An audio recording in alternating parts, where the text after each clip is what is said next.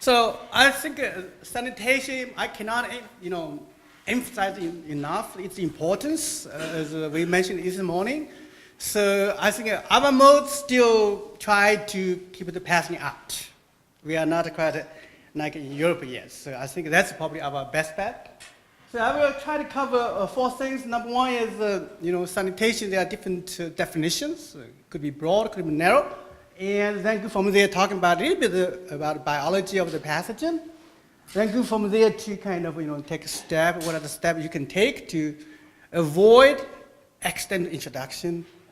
And if that does happen, the accident, so then how are you going to avoid or mitigate local spread? So that's how I try to structure them. So this is a map, shows you where the pathogen was intercepted. Keyword here is intercepted. Doesn't mean the pathogen is there. There could be eradication, methods. So they are, took it out, destroyed. So this is just, where the pathogen was intercepted. So to date, it's about 25 states in the U.S. So again, you saw this one. So if you got questions, so there are a lot of things you have answered here. So we have 7 BMPs for different groups, for growers, for landscape, for garden manager, for retailer, and for homeowner as well. So you got a question, we got answers. And we also have a sanitize. I'm not going to detail about what sanitize because everything is already here. So you can go from there to get your details. And also, of course, we have a fungicide. We have who are on the task force, and there are other links. And also a lot of images. If you want to see how the disease looks like, get yourself prepared for diagnostics. That's where your resources. So in terms of definition, typically when talking about sanitation is how to disinfect the tools and so on and so forth. That's very important. But I think more important for now, for us in the U.S. is really try to keep the passing out. That's our best bet. That should be our primary strategies now. So in terms of pathogen biology, that's the cultural myceliums.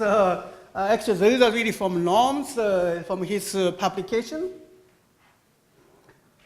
So the pathogen produces the spores, conidia, because those spores I talked about this morning, they are sticky, stuck together.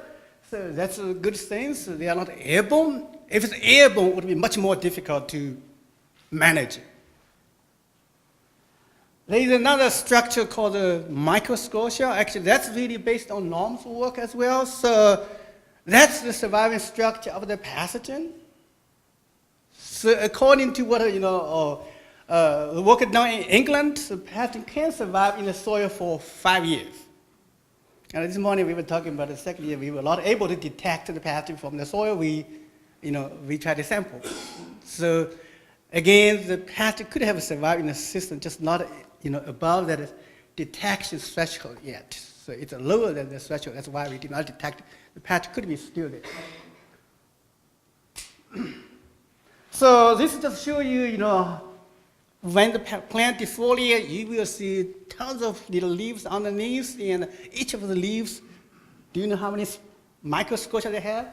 That's from Norm's paper, 3,600 microscotia per leaf.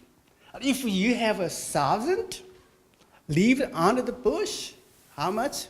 That's 3.6 million microscotia. So they can survive in the system for a long time. So if you do not cover it, they are going to make trouble for you at least for 5 years, at least for now, as far as we know.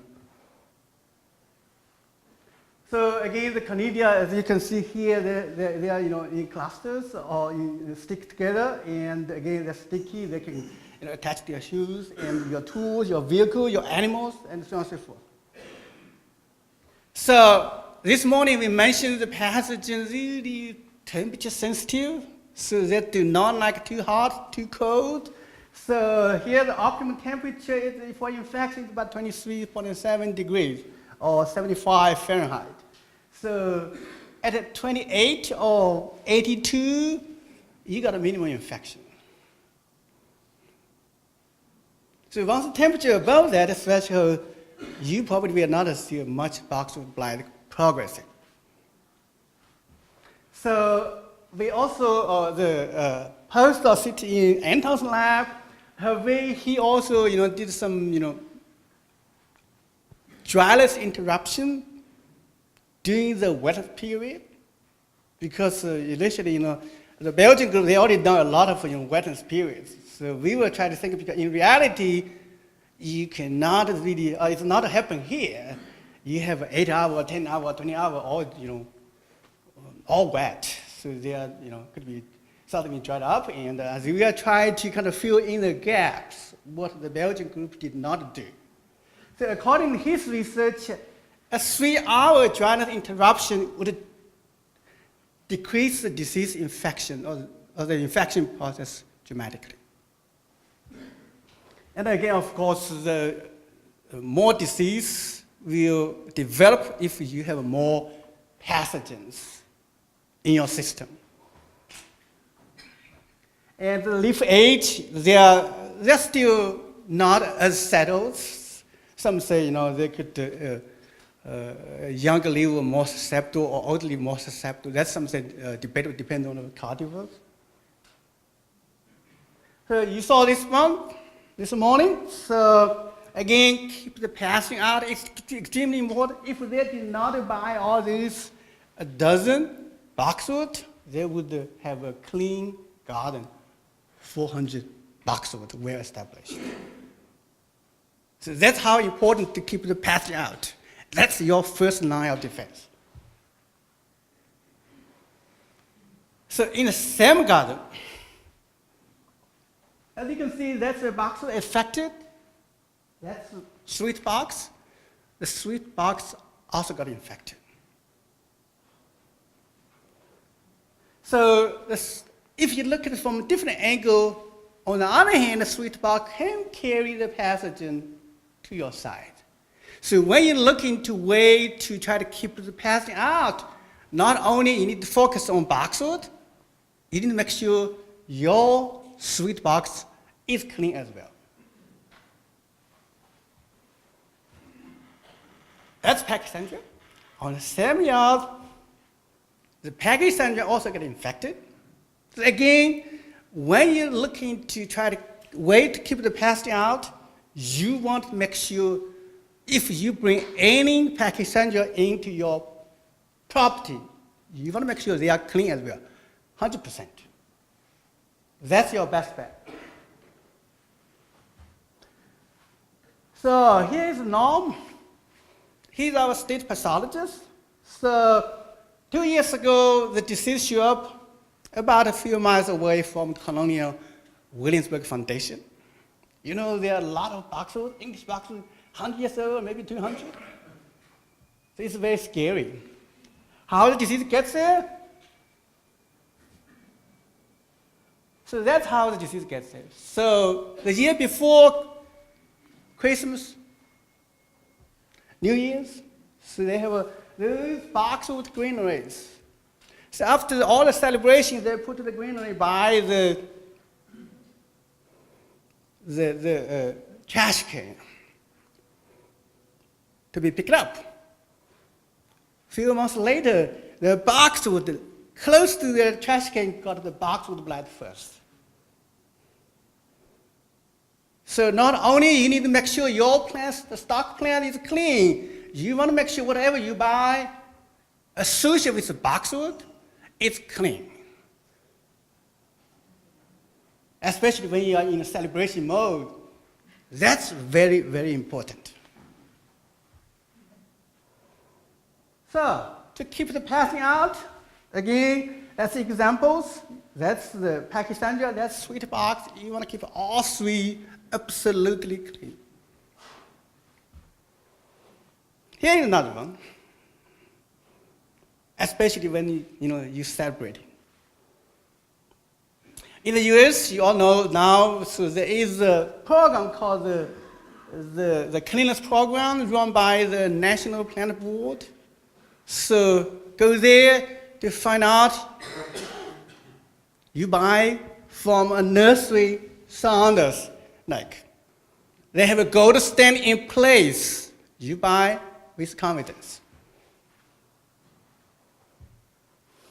All those are really, when I say Saunders has a gold stand, they already have a protocol in place. Do all the homework, do all the diligence. When you go to their nursery, you have to go here to brush your shoes first, step into the disinfectant. Then go, if you to the production area, Didi was there, I'm pretty sure. So you have to wear all the gears. They do not want to have the path into their property either. That's the first line. You want to make sure wherever you buy, it's 100% clean. This is another nursery in Virginia. So when I go to this is Lancaster farm, when I go to their farm, I have to spray the wheels of my truck with a disinfectant. They also have these sprays bottle handy. Don't touch their plant. They don't allow you to touch it. You have to spray, clean up first.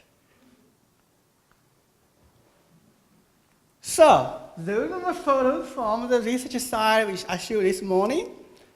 Tom was installed the weather station for us. We wear the booties. We want to be gold stand ourselves. So that was a photo taken probably 5 years ago. So I was visiting Carroll County where the disease showed up first in Virginia. We all dressed up. So this is a photo was taken 3 years ago when I was in Argentina. We were visiting an infestation by a Phytophthora species over there in the forest. Before you go back to your bus, everyone's supposed to wash your shoes. Just give you ideas how you can do to protect yourself and your customer as well. Every time we go to a nursery, before we return to the research center, always we go to car wash. We do not want to take the patient back to the station because anyone else could use the truck next time. He may not prepare. We want to get ourselves, everyone else prepared as well, to make sure the trucks are ready to go, are clean for next trip to nursery or any other site.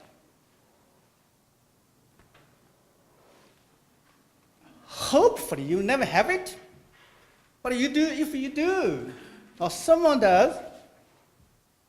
The best way still, in my opinion, all the pathologists can chip in. I think we should really try to eradicate.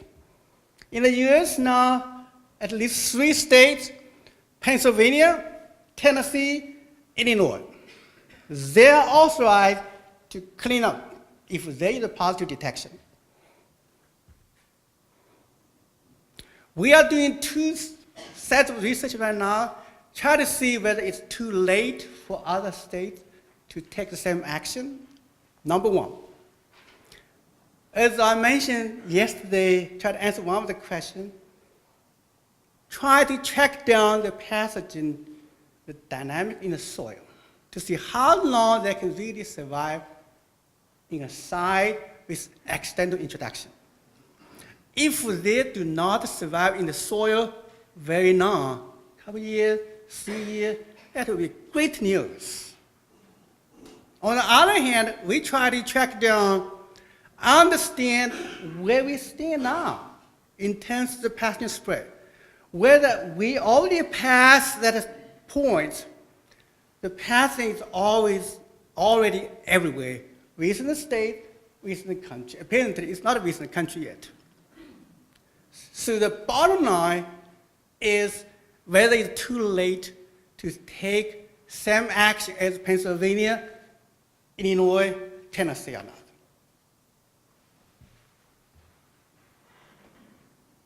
So the additional things you can do to try to keep yourself clean, that's very important, especially for landscape business people, because you could accidentally carry pathogen from one property to another.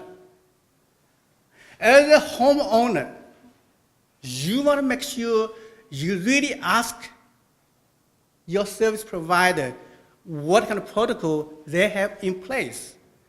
You want to make sure they really disinfect the tools before they come to your property.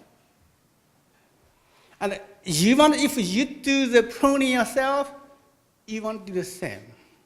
You want to have a protocol in place that will be your best bet. After all, sanitation is not going to be a silver bullet. We really have to take an integrated approach, try to manage it. Hopefully, we do not really have to live with it, like what he suggests in Europe. But I think we want to get prepared, have a protocol in place that will be our best protection.